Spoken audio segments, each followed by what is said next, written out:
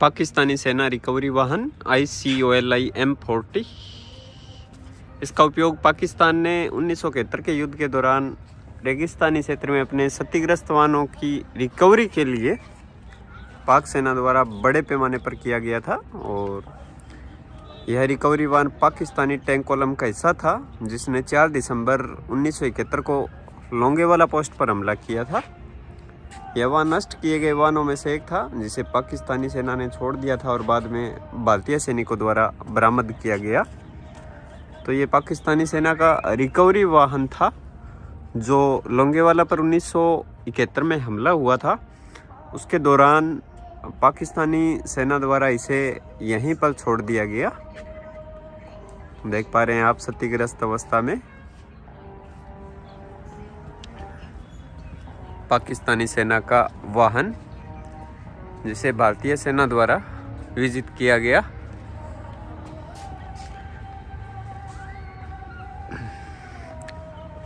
पाकिस्तानी सेना के टैंक जो आप डार्क ग्रीन कलर में देख पा रहे हैं, वो है जो भारतीय सेना द्वारा विजिट किए गए।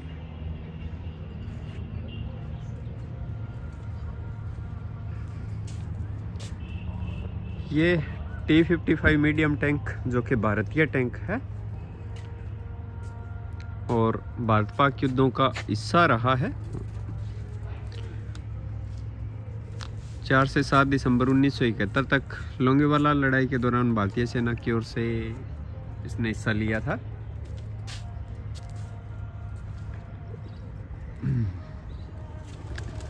दिखाते हैं आपको आगे और क्या क्या सहेज कर रखा गया है, जो पाकिस्तानी सेना से 1965-71 में प्राप्त किया था। हंटर MK56 विमान देख पा रहे हैं आप। भारतीय वायुसेना में 1957 से 98 तक एक विश्वसनीय लड़ाकू विमान रहा है। 430 मिलीमीटर तोप बंदूकों से लैस होने के कारण इसमें रॉकेट और लोहे के बम भी है। एक अच्छा प्रशिक्षण यान होने के अलावा हंटर ने पाकिस्तान के साथ 1965 और 71 के युद्ध में अपनी उपयोगिता साबित की। और 4 से 7 दिसंबर 1971 को हंटर विमानों ने भूमि युद्ध के समर्थन में जैसलमेर हवाई क्षेत्र से 38 उड़ानें भरी और घुसपैठ करने वाले T-59 टैंकों की पूरी रेजिमेंट को लगभग मिटाकर पाकिस्तानी टैंकों को नष्ट किया। हंटर MK56 बंकर जो भारतीय सेना द्वारा इस्तेमाल किया जाता है, देखते हैं उसका स्ट्रक्चर कैसा है। तो एंटर होने के लिए भूमिगत होता है ये, तो प्रवेश करने के बाद एक रिटर्न आएगा जस्ट, उसके बाद एक और रिटर्न, और उसके बाद यहाँ से आप बाहर की तरफ देख सकते हैं। मतलब व्यू साफ दिखाई देगा यहाँ से बाहर की तरफ, लेकिन बाहर से अंदर की तरफ यहाँ पे दिखाई नहीं देगा। तो यहाँ से आर्टिलरी वगैरह फायर करने के लिए ये जो स्थान है, ये ज़मीन से थोड़ा उठा हुआ है। और यहाँ से वापस बाहर निकल सकते हैं। पूर्ण रूप से भूमिगत होता है ये, ज़मीन के अंदर बनाया जाता है।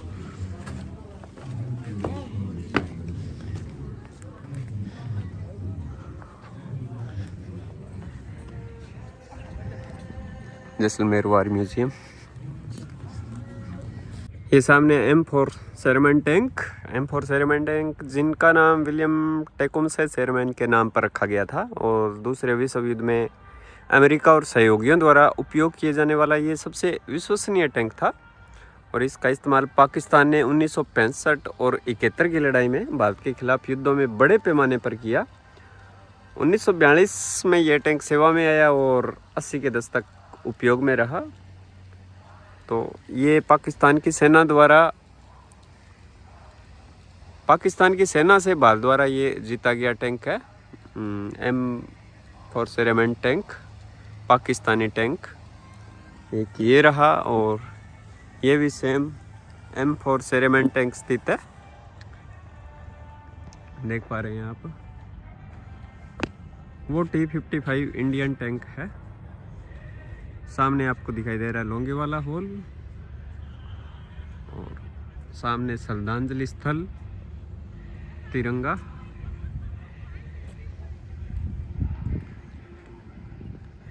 जैसलमेर वार म्यूजियम।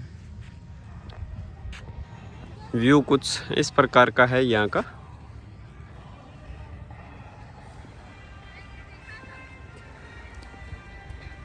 चलते हैं आगे।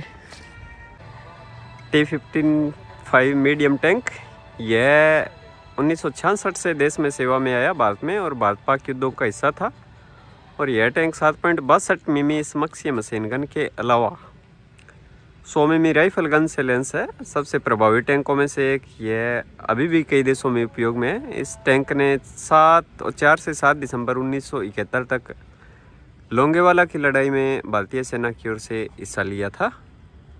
तो ये है T-55 मीडियम टैंक। वार म्यूजियम में स्थित श्रद्धांजलि स्थल देख पा रहे हैं। श्रद्धांजलि स्थल, परमवीर चक्र, अशोक चक्र, महावीर चक्र, gallantry award winners of Jaisalmer और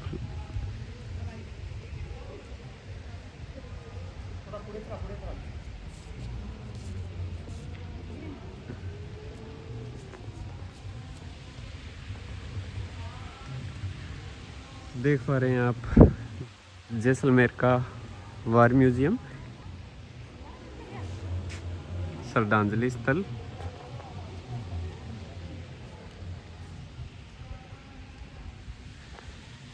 स्थान जैसलमेर से 15 किलोमीटर दूर जोधपुर पोखरण राष्ट्रीय राजमार्ग पर स्थित है। स्थान की लोकेशन की अगर बात करें तो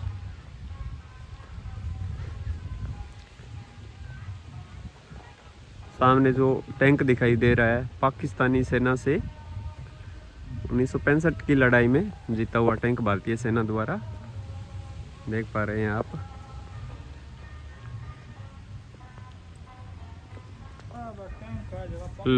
Longewala hall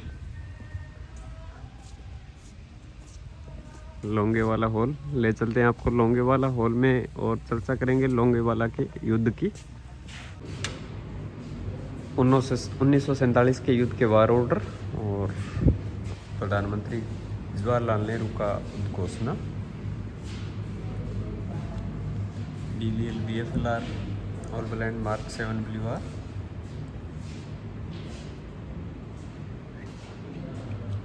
premium notice,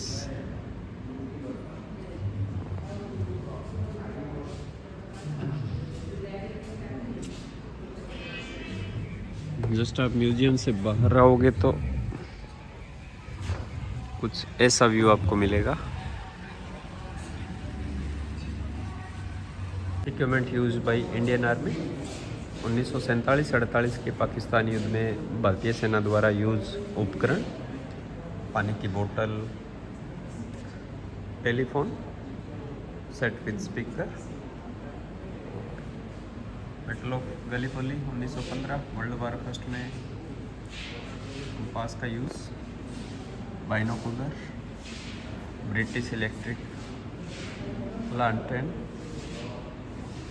आर्टली prismatics service compass, telescope.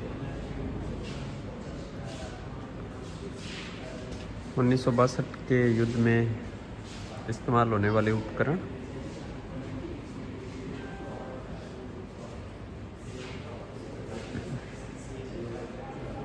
Operation विजय कारगिल वार। ये आप देख पा रहे हैं pay book and identity card of सिपाही Ibadat Ali, 6th northern light infantry battalion Pakistan.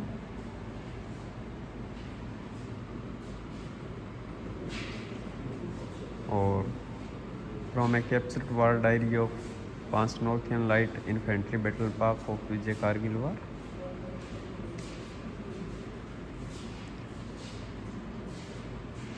Zoom करके पढ़ सकते हैं आप स्टिल करके।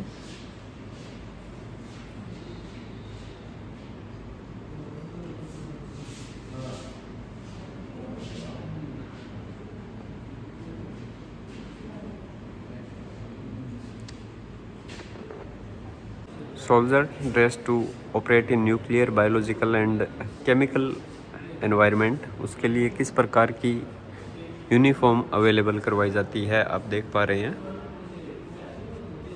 NBC रेस्पिरेटर, गैस मास्क आप देख पा रहे हैं, NBC jacket, NBC trouser, NBC canister, NBC mask, NBC gloves, NBC ओवरबूट, हैवरसैक, NBC jacket, trouser और शूज़।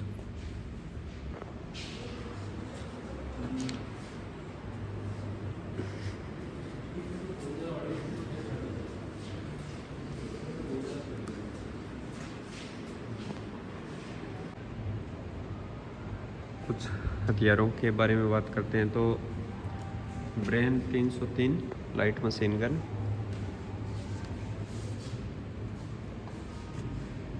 7.62 mm का मशीन गन जो 1993 में जम्मू कश्मीर में आतंकवादियों से कब्जे में ली गई।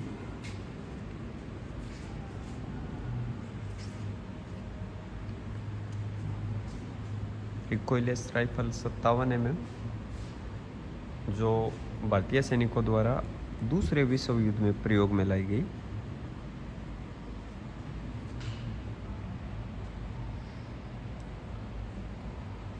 पिछहत्तर 524 पैक होविटिजर जो कि इंडिया का है।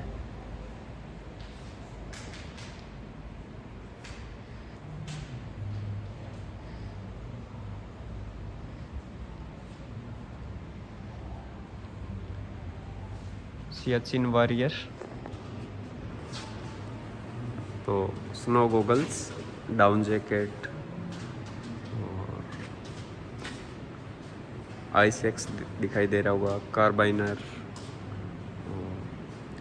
क्रेमेंस to grip the snow shoes.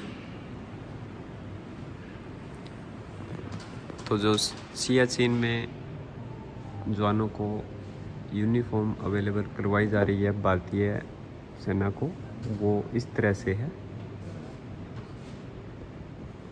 ये इंस्ट्रूमेंट उनके पास रहते हैं, रोड एवेलांस विक्टिम डिवाइस, रोप पिटन, आइस फॉल लेडर और सर्वाइवल ब्लैंकेट।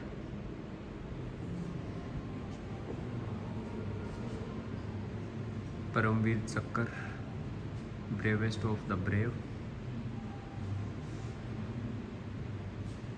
जो अब तक मिला हुआ है। इंडो पाक वार 1947 और 8 में, ऑपरेशन विजय 1999 में परमवीर चक्कर, UN मिशन कांगो 1961 में मेजर GS सलारिया को परमवीर चक्र से सम्मानित किया गया।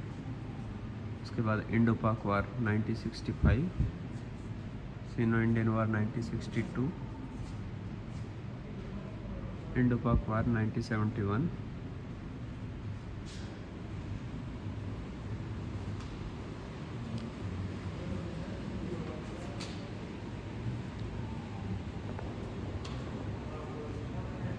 यहाँ पे शो किया गया है Siachen world highest battlefield.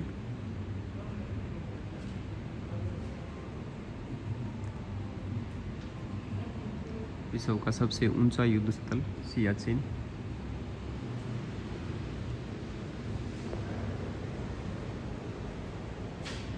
Indo पाक वार 1965।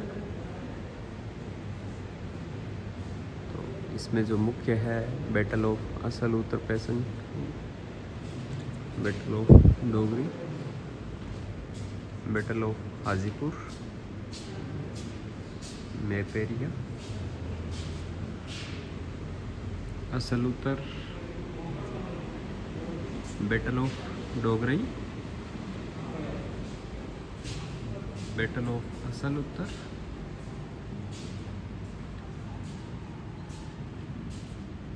बैटल ऑफ हाजीपीर,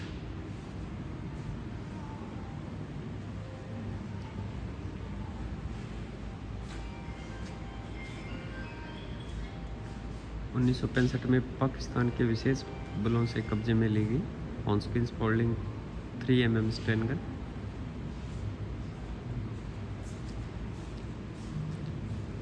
$40 mm चीनी लॉन्चर बजूका 1962 में चीनी सैनिकों से कब्जे में लिया गया।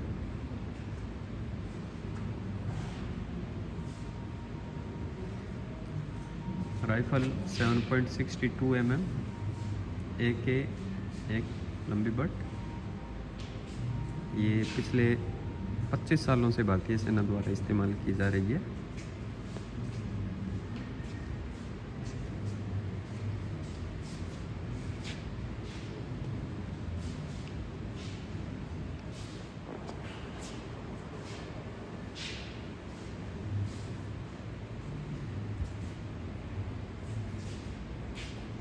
Indian bicycles troopers during world war first. प्रथम विश्व युद्ध के दौरान भारतीय जो ट्रूपर्स थे 76 during the battle of Somme in France July 1916। Photo और देख पा रहे हैं आप बाईसाइकिल और उस समय की uniform. Bicycle, rifle and uniform.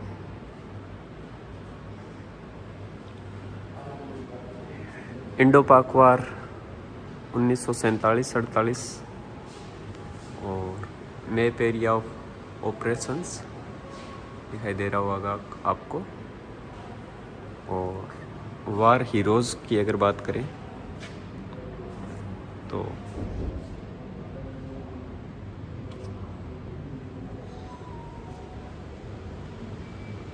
Battle of Tithwal तो मई 1948 में पाकिस्तानी हमलावरों से जम्मू कश्मीर में तिथवाल पर पुनः कब्जा कर लिया और दुश्मन ने रिस्मार्ग ली और उसके बाद तिथवाल पर कब्जा करने के लिए एक ब्रिगेड के साथ हमला करने की कोशिश की और एक सिख के लांस नायक क्रम सिंह रिचपार गली में एक सेक्शन पोस्ट की कंबाल से मार रहे थे तो दुश्मन ने उनकी पोस्ट पर 8 बार हमला किया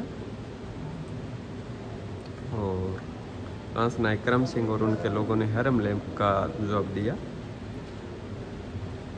और क्रम सिंह को उत्कृष्ट भूमिका के लिए भारत का सर्वोच्च युद्धकालीन वीरता पुरस्कार परमवीर चक्र से सम्मानित किया गया। इनको करम सिंह लांस नायक।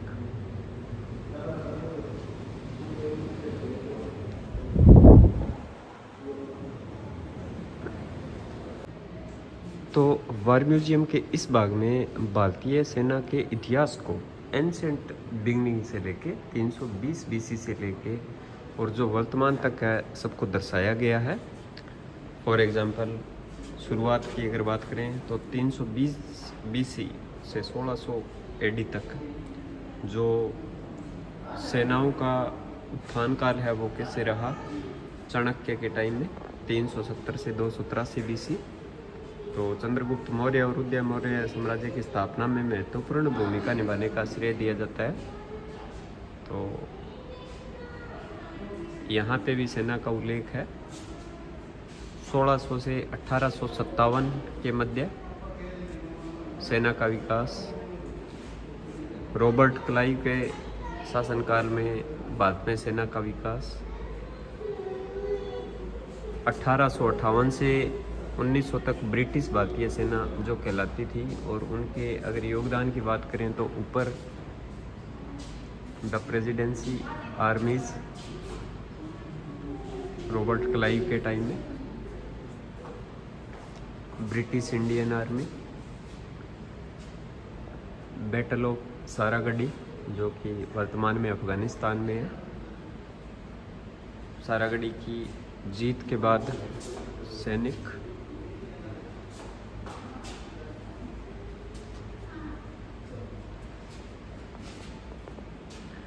तो सारागढ़ी का युद्ध 21 सैनिकों ने 10,000 अफगान आदिवासियों के खिलाफ सारागढ़ी किले की रक्षा करते हुए अपनी जान दी थी। उसके बाद प्रथम विश्व युद्ध में भारतीय सेना का योगदान।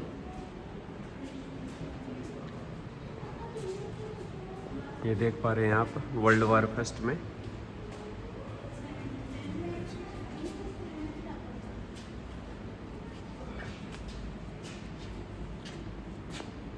द्वितीय विश्व युद्ध में भारतीय सेना का पुनर्गठन और उनका योगदान।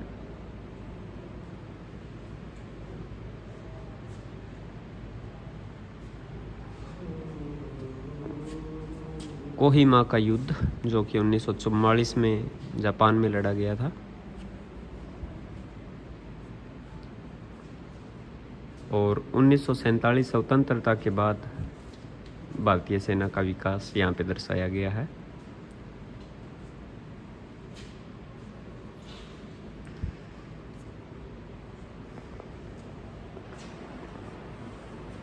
इंडियन आर्मी लैंसमैन और खाकी यूनिफॉर्म।